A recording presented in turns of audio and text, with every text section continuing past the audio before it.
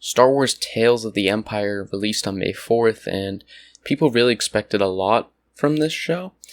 A sequel, in a sense, or an added show to the series of Tales of, an animated show under Disney, Star Wars, about little short stories that really fills in the gaps between the movies, and that's what Tales of the Jedi was.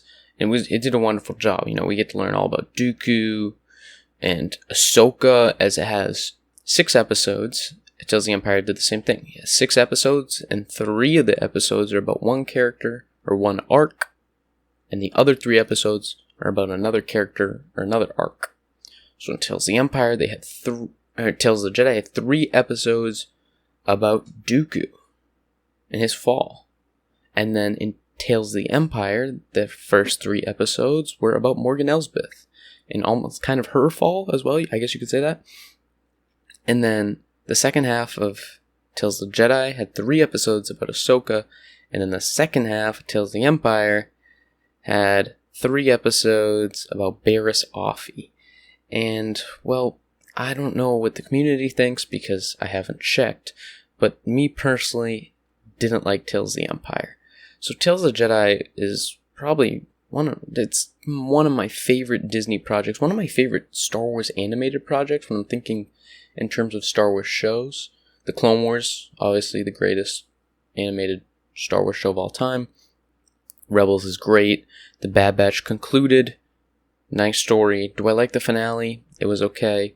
I think that they actually didn't get to a lot when it comes to the Bad Batch. They didn't do everything, and they didn't explain everything that they should have. But the Tales of the Jedi was a nice show. Just kind of popped out. They drop it all at one time. 6 episodes, about 15 minutes each, just to enjoy the show. And I think that's what people love the most about it, is no one really... I remember when they announced Tales of the Jedi, I was like, okay, we're going to get some show. And it's like, oh, it's a little Ahsoka backstory, but they're 15-minute episodes. There's only 6 of them. People weren't going crazy about this. And then it just all drops, and then people watch it, and they go, it's really good. I actually, people don't talk about this, but the first episode of Tales of the Jedi wasn't good. It was just about Ahsoka, taming a creature, which, at a very young age, and I think it was stupid, because she shouldn't be able to tame a creature that young. I mean, talk about character development. She just, off being born, she can just tame a creature. Didn't like it, and nothing happened that episode. She got kidnapped by a creature, tames the creature, gets released. Tales of the Jedi, other than that episode, was perfect. And it really, when it came to Dooku, it really gave context to his fall. And really, when you're thinking about this show being successful, the goal of the show, what it should be, is to add meaningful, important pieces of character to these Star Wars characters. Make these characters better by your show. When you release a show, I talked about this when it came to Obi-Wan show, the Obi-Wan show didn't add value to the characters. It actually made the characters worse. When it comes to story arc and how these characters develop, the Obi-Wan show made basically all the characters worse when it comes to Leia, Obi-Wan, Vader. That's what you don't want in a show. You want to add value. The Obi-Wan show, they just pushed it out to get money because they knew it would be this huge mainstream, whatever. But Tales of the Jedi, it added so much value. When like I said, when we're thinking about Dooku, Qui-Gon, these characters. Dooku, we knew he fell. We knew he got disillusioned with the Republic, but the show really showed why. It showed how he got disillusioned, and then it showed how, even though he turned to the dark side when he kills Yaddle, I don't know, when he wasn't 100% in that. As soon as he did it, he kills Yaddle, and he's there's regret as he's doing it, and I feel like he just regret. He doesn't hate the Jedi, I guess is the point. But he had to. He was almost trapped. He took a wrong path. We see this a lot in Star Wars. This is kind of the point of Star Wars. You take a few wrong paths, you should be able to come back. But for Dooku, he took a wrong path, and there was no way for him to get back. Really powerful. It adds value. Tales of the Empire, this show adds no value to the characters. Except for Morgan Elsbeth. But, for Morgan Elsbeth, it doesn't, I don't think differently of her. Because... she was just a Night Sister. She was a good person. That's not no one expected her to be born an evil person. That's not how characters in Star Wars are born. You're not just born horrible, right? So it's like, oh, Morgan Elsbeth used to be just a normal Night Sister. Okay, did we need 3 episodes about that? But, you know, we see her get part of the Empire, how she hates her people. So she, like, basically enslaves a bunch of workers, and she realizes, oh, I hate these people. Yeah, it was stupid. It didn't add any value to her. Thrawn, they teased him in the trailer. And it's like, oh, we're going to see Thrawn. And Thrawn basically just shows up and was like, yo, what's up? Want to join? And she's like, yeah, I'm going to join. And then that's it. Nothing he did was important. He looked cool. Okay, he looked cool. So did General Grievous. Again, adds nothing to General Grievous, adds nothing to Thrawn. It adds to Morgan Elsbeth's character, but for what? Who cares about Morgan Elsbeth? But that was the first half of the show, and honestly, the first half of the show was better than the second half of the show. I don't know if people could even argue against that. And then we have the Barriss Offee episodes. Now, Barriss Offee, to give a quick refresher, she blew up part of, I think it was in the hangar. I haven't watched Clone Wars in a while. She blew up the hangar in the Jedi Temple and killed so many innocent people, and that's because she was disillusioned with the Jedi as well. She then not only does that, she also frames Ahsoka of the crime, and then tries to hide it, and then fights Anakin, actually.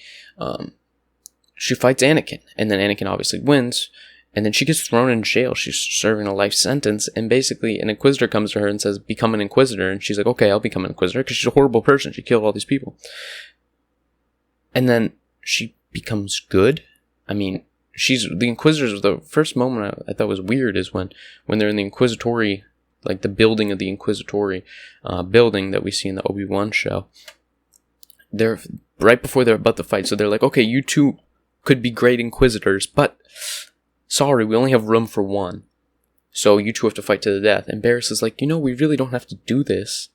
It's like, since when has Barriss been a good person? Since when is she... Like, that's not... When we saw what happened to her at the end of the Clone Wars, it did not seem like a good person. Just killed civilians.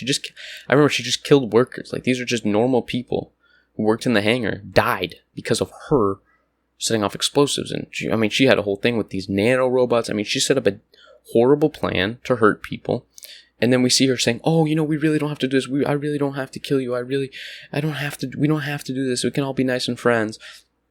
And then she was fighting like a Jedi that bothered me. Like, it was like, you need to put some anger into you, like the Grand Inquisitor. It's like, should she not have anger? I mean, she's locked in a cell. She did all these horrible things, but it never seemed like, it basically seemed like she was a Jedi forced to do this Inquisitory thing. And maybe because, I don't know, this is Dave Filoni, right? He's our savior of Star Wars, I guess. And then, well, here's the real kicker is when she meets a Jedi. And this is when she realizes that what she's doing is wrong. She has to kill a Jedi, or get in a fight with a Jedi. She really can't do it, and she really looks at this Jedi and goes, she feels sympathy, and she realizes, well, maybe I'm doing the wrong thing. Again, the Jedi are the people that she tried to blow up, tried to kill, because she hates the Jedi. She hates the Republic. Not the Republic. She hates the Jedi. In Clone Wars, she hates the Jedi that she would go to so many extents to try to kill her, try to kill Jedi, frame her friend Ahsoka. All this just because she hates Jedi. And then she sees a Jedi and she feels sorry for a Jedi. And then it's like, okay, so she doesn't kill the Jedi. Now, if that's how it ended with Barriss Offee, where she feels some regret. She's Inquisitor, but she feels some regret and doesn't kill the Jedi and just goes on with her life and just... whether she continues to be Inquisitor and just covers that up, or she just escapes and she's just, almost like a Saj Ventress, like almost like a gun for hire, or like a saber for hire, like no moral system like Ventress. Ventress doesn't care, right? But not only does Barriss Offee spare a Jedi, Barriss Offee also becomes good again. We see an episode later, she's in this tiny shack in the middle of the winter, in some ice planet. I don't know why she would pick that little tiny shack in the middle of a blizzard. There's a blizzard going. Like, again, I don't understand. I know that because animated Star Wars, they have free reign, so they can make it look cool. But they put her in the middle of the winter, nowhere wrong, and it's not like it's like a hideout. It's just a tiny shack where she's sitting there meditating, and she cut her hair, and she's like a monk, and she's sitting there, and she's basically now she's like the pathway. She's, as we saw in the Obi-Wan show, in the third episode where Vader comes and there's like this pathway to get Jedi out and get them freedom and get them a new life. Like, she's part of that pathway now, and it's like so stupid. And then when the Inquisitor comes and she basically says, if you go into this cave, you'll never come out. I like that. I like that part of the episode because she told the Inquisitor, like, if you go into this cave, you will never walk out of here. And when you go in there, you basically see how it's just a maze that you get lost in. I thought it was really interesting. And then you see Barriss gets stabbed in the chest.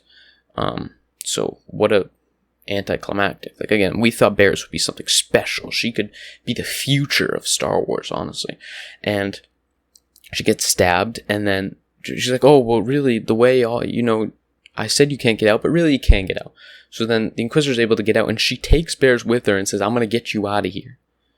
Barriss better not survive this, so Barriss turns an Inquisitor back to the light side. Oh, yay, great, because that's all. Disney can't tell a show about dark side users. They always have to turn them back to the light. So that's why little skeptical about the Acolyte, because, are they going to turn the show into a good show and make all the bad characters become good? Because that's what they do in everything. That's what they do in Battlefront 2. That's what they do in every show, every game. The bad people turn good. It's annoying. But so this Inquisitor turns good, and then she carries Barriss out. If she lives and be very angry because of Qui-Gon. But anyways, in general, when I just break down this show, it doesn't add any value. It doesn't do anything. And not only not do anything, this is Tales of the Empire. Tales of the Jedi focused on 2 Jedi. Dooku, Ahsoka. Okay? Tales of the Empire. You could focus on Vader. Palpatine. Okay? The Inquisitors. Which, a little bit. An average Stormtrooper. I just want to see a show. Like, imagine a cool show about Stormtroopers running around doing stuff. And if you made a show about Stormtroopers, like, being competent, it would add value. Because, like, Disney, especially Disney, it's always been like this, but Disney made Stormtroopers, like, look like idiots. And if they were to make a show about Stormtroopers, being smart and, like, going as a team, it'd be great. But no. They use this Tales of the Empire to talk about Morgan, Elsbeth. Okay, not part of the Empire until after the Empire is destroyed, so doesn't make sense. And then Barriss Offee, who's not really part of the Empire either. She's Inquisitor for one episode. So I just really think they missed because, this could be Tales. I don't even want to say Tales of the Sith because then I'd be more mad. But Tales of the Empire, I don't think this show was needed. I think, as I said, this would have been better not made. Maybe just the Morgan Elsbeth would help, but Barriss Offee, you ruined a character. And also, I still want there to be stories about the Empire. Tales of the Empire. I want there to be stories about the Empire, like Tales of the Jedi, just little snippets. But no, we can't get that anymore because they ruined the show by talking about Morgan Elsbeth and Barriss Offee. And like I said, I would love a Stormtrooper show. It would just be wonderful. So, I don't know what they're going to do Tales of next. It seems like a series they like, but hopefully with enough criticism, hopefully, I'm hoping, again, haven't checked with the community, don't care, but hopefully the community does not like this show as much as I don't like this show, and hopefully that they never do something stupid like this again, and if they want to make a Tales of the Bounty Hunter, Tales of whatever, they don't mess it up, and they don't make it stupid, because, Tales of the Jedi just dropped, there was no anticipation, and then you got people excited for the sequel, and then you ruined it. So, yeah, that's my thoughts on Tales of the Empire.